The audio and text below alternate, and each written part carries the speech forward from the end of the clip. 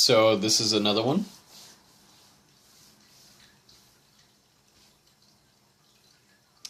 It's getting kind of late at night. Um,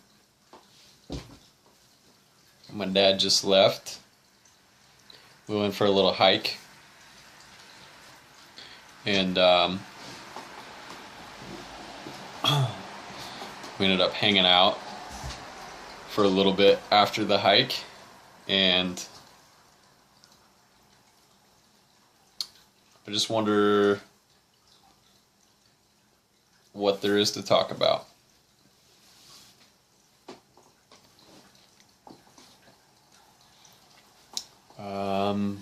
Let's see. So checking in.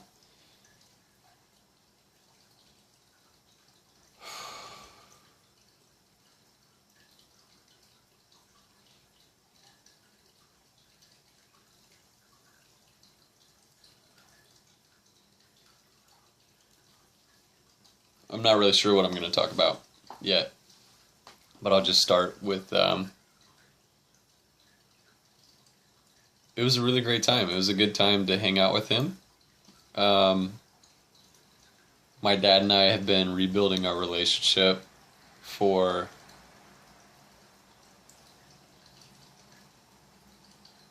close to like 3 or 4 years now.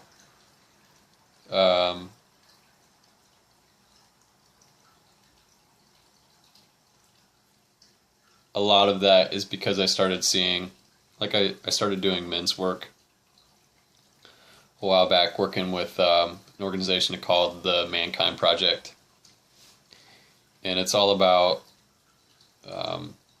men supporting other men inside of things that only men deal with, but doing it in a way that takes some of the common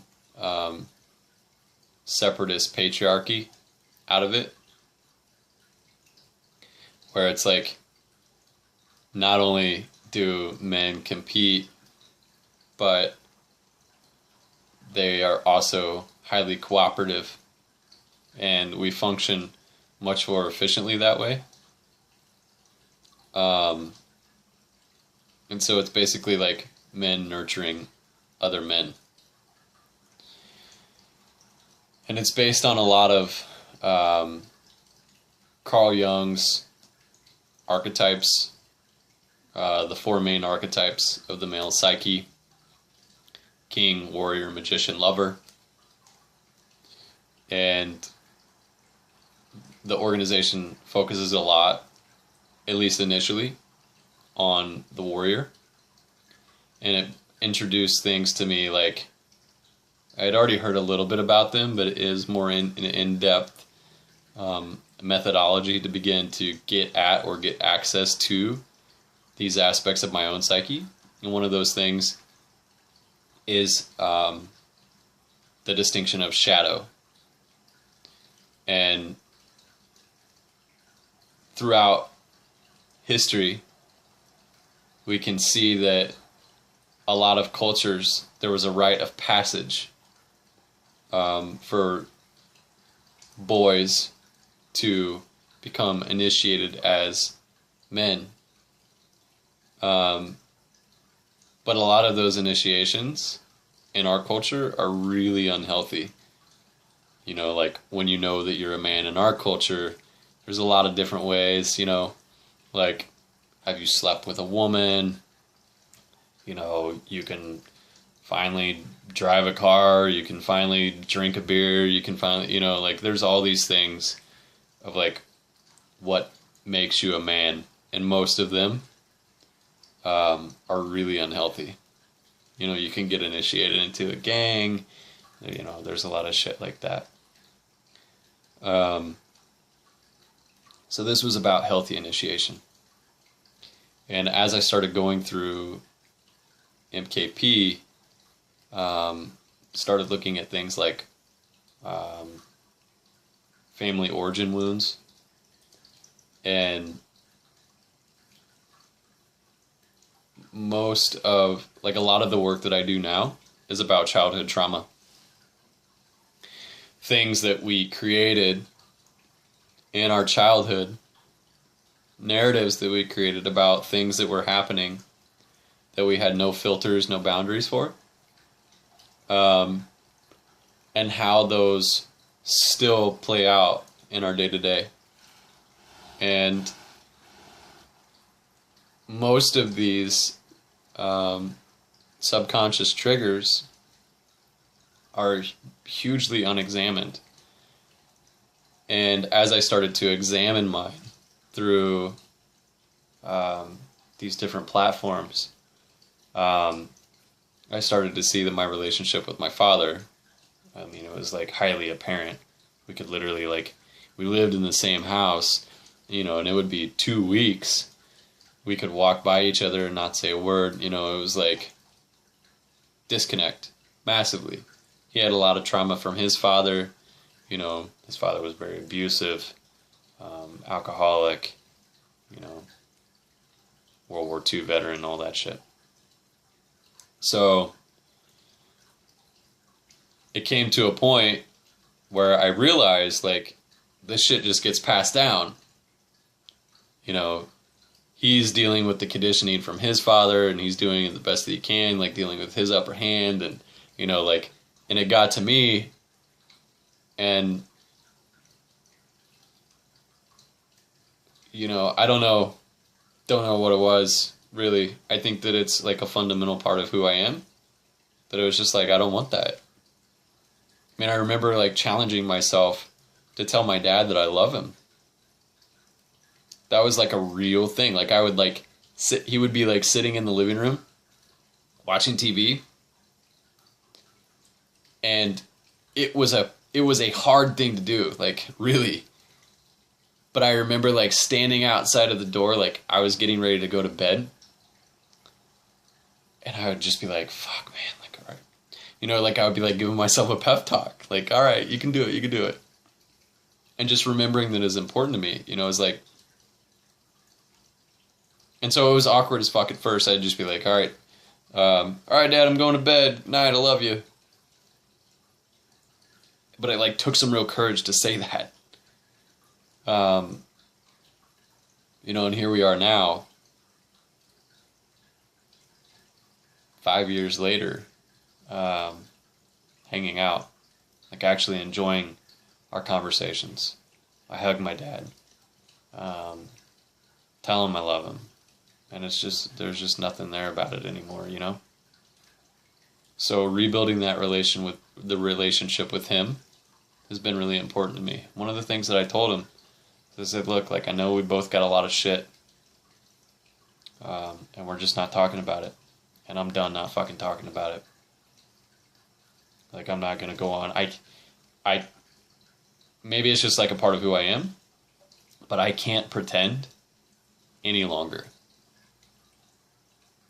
Like, I'm just unwilling to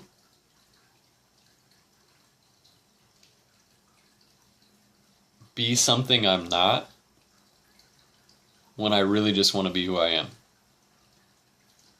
Now, in a lot of ways, who I am is adaptable. I can take on many different masks. I can take on many different, you know, like, I can merge into different types of environments and, you know, like, belong to those environments without losing my sense of self. But where a lot of this comes from is when I was a kid growing up,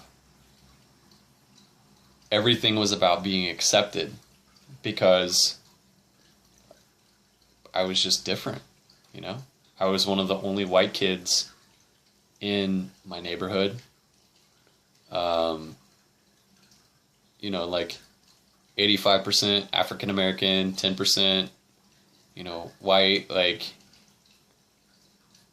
split 50-50, probably Latino, Asian. And I didn't really fit in. And in terms of my appearance. So I learned how to fit in terms of my appearance, like, my personality, you know, such that, like, I remember hating my own race because of the environment. Like it was not cool to be white, believe me. You know, to like, and I was into playing basketball. Like my friends were black. Like I was like, you know, for me, like I was just like, for me it was just about survival, you know? And then that evolved, like going through high school. Essentially the moral of it is that for me it was, I just wanted to be accepted because I hadn't learned how. Nobody had taught me how to develop that sense of self. And I was already pretty emotionally resigned when it came to going to school in the first place. You know, and as you all know, like drinking, 16, you know, it only started getting deeper. And what was missing for me was actually feeling a sense of belonging. First, belonging to myself, and then belonging to life, you know, essentially. And because, like, I went on so long, like, with, like, I could go into different, like, I had like 8 to 10 different groups of friends. And I was always the one that went to them. So, I'm from Kansas City, Kansas. There's a town called Baser. It's like 30 miles west. There's a town called Liberty. There's a town called Spring Hill.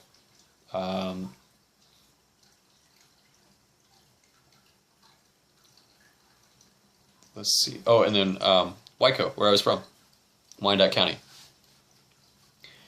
And I would go to these different places. And then like Southern Missouri also, like, and I had different groups of friends in all of these places, but none of them integrated. And a lot of them wouldn't be, they wouldn't be interested in integrating. Like, these guys were like Hicks, these guys were Hicks, these guys were preps, you know, these guys were like, you know, like into hot rods, like, you know, it was just like the different,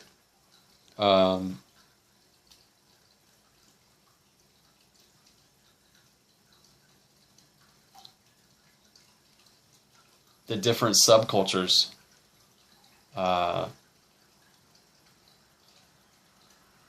like I could be with these people. Like I could be with them over here because there was a part of me that like got that. I could be with them over here. There was a part of me that got that, you know, and it was like, I could then blend. But what started to happen for me is like, I was just like, who am I? Like I can be this way with them. I can be this way with them. I can be this way with them. I can be this way with them.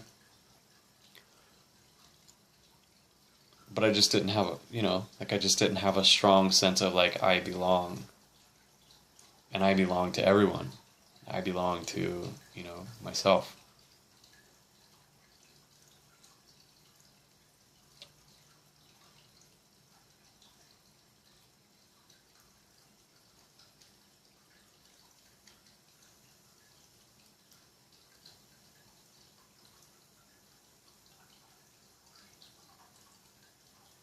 When that started to shift, it was because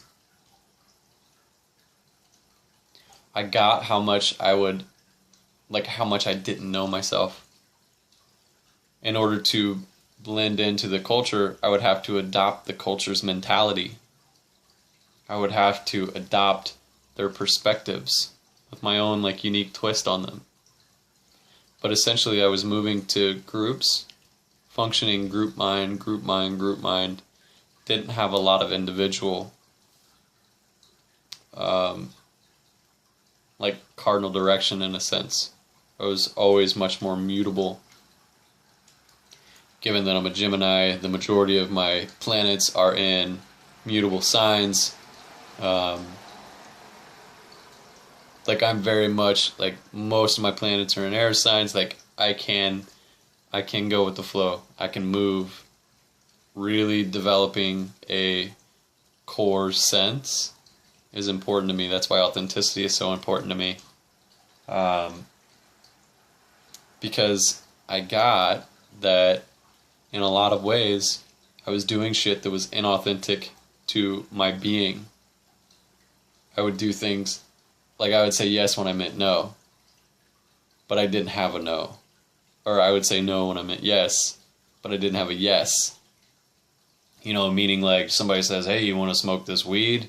I'd be like, yes, even though consistently over time, it would trigger anxiety or it would trigger, you know, like, and it would bring up, you know, different types of trauma and different types of social anxieties and ineptitudes and insecurities and whatever.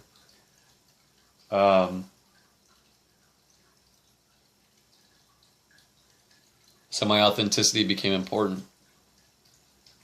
It was about saying that this is who I am.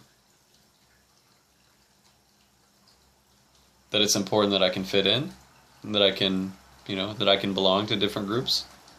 But it's also important that I can stand on my own and say, this is what's important to me.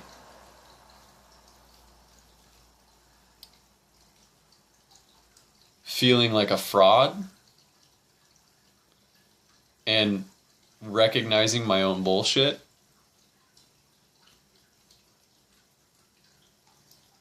like once I got my own bullshit, there's no going back.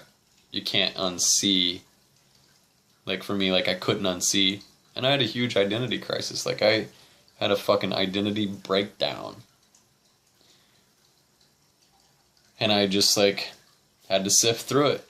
Had to deal with what was this you know, what was at the source of these things.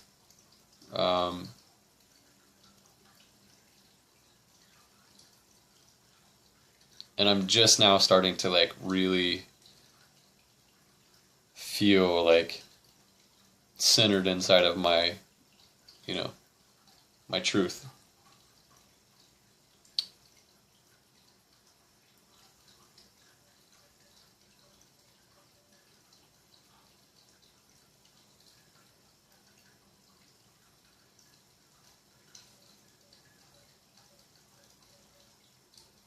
I want to say more, but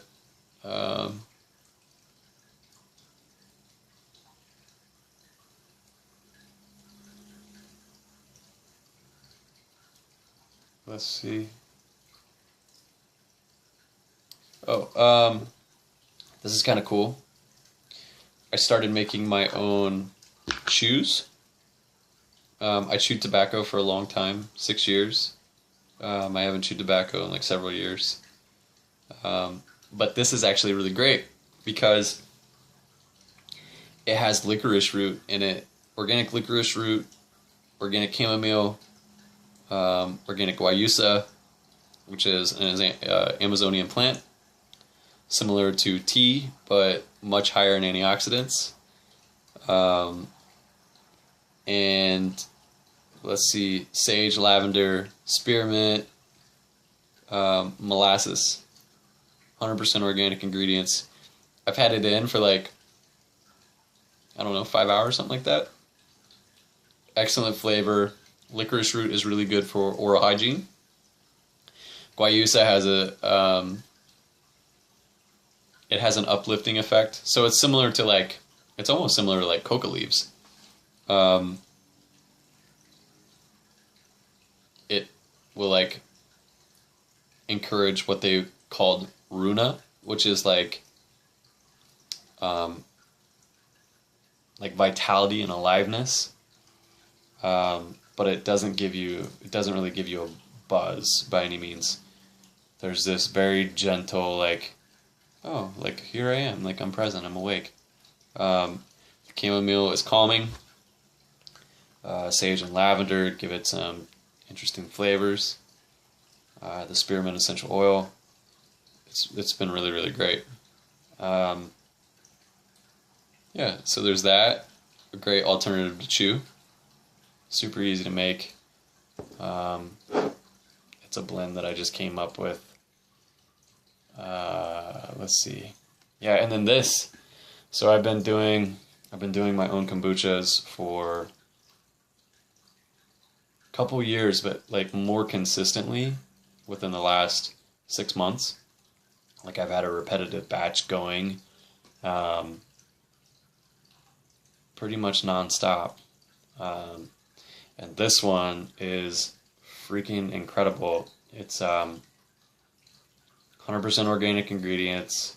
This is a hopped kiwi kombucha. If you're not familiar with kombucha, definitely check it out. Good probiotics. I don't know how much of them actually make it through the stomach acid and actually build colony of flora in the intestines, but it certainly can't hurt. Billions of strains of probiotics in a serving. But I really liked making it with the hops because it tastes similar to beer, but it's not alcoholic. It's actually really good for you, similar to like the licorice. Great for chew, great for oral fixation, but instead of it having adverse effects, it actually is beneficial. So it's taking things like that's something for me that I really appreciate and that I like. It's taking things that I enjoy. That it's like, how do I turn destructive habits into constructive, beneficial habits? Or how do I match and mimic those, in a way that it's like, this is actually really good for me.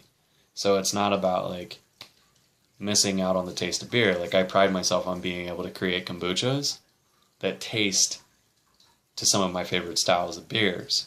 And if I can do that, like I get all the pleasure and joy of the actual drinking of it without the painful impact of consuming that much alcohol. So that's really awesome. I'm actually going to be brewing some.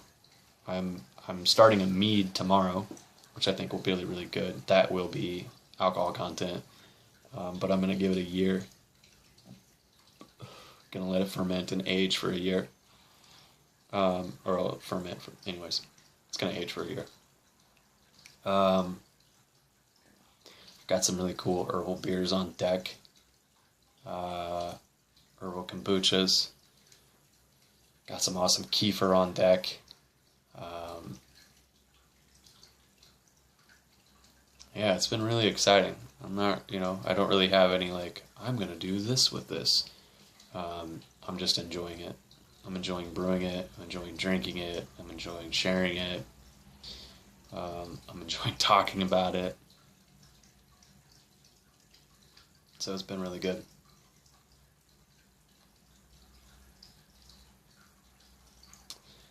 I think that's it. I feel good with that. If you have watched, if you listened to the whole video, thank you. Thanks for listening. I really hope that there was something valuable that you found valuable. If not, hey, that's cool too. But thank you. Yeah. Peace to the family. Take care. Bye-bye.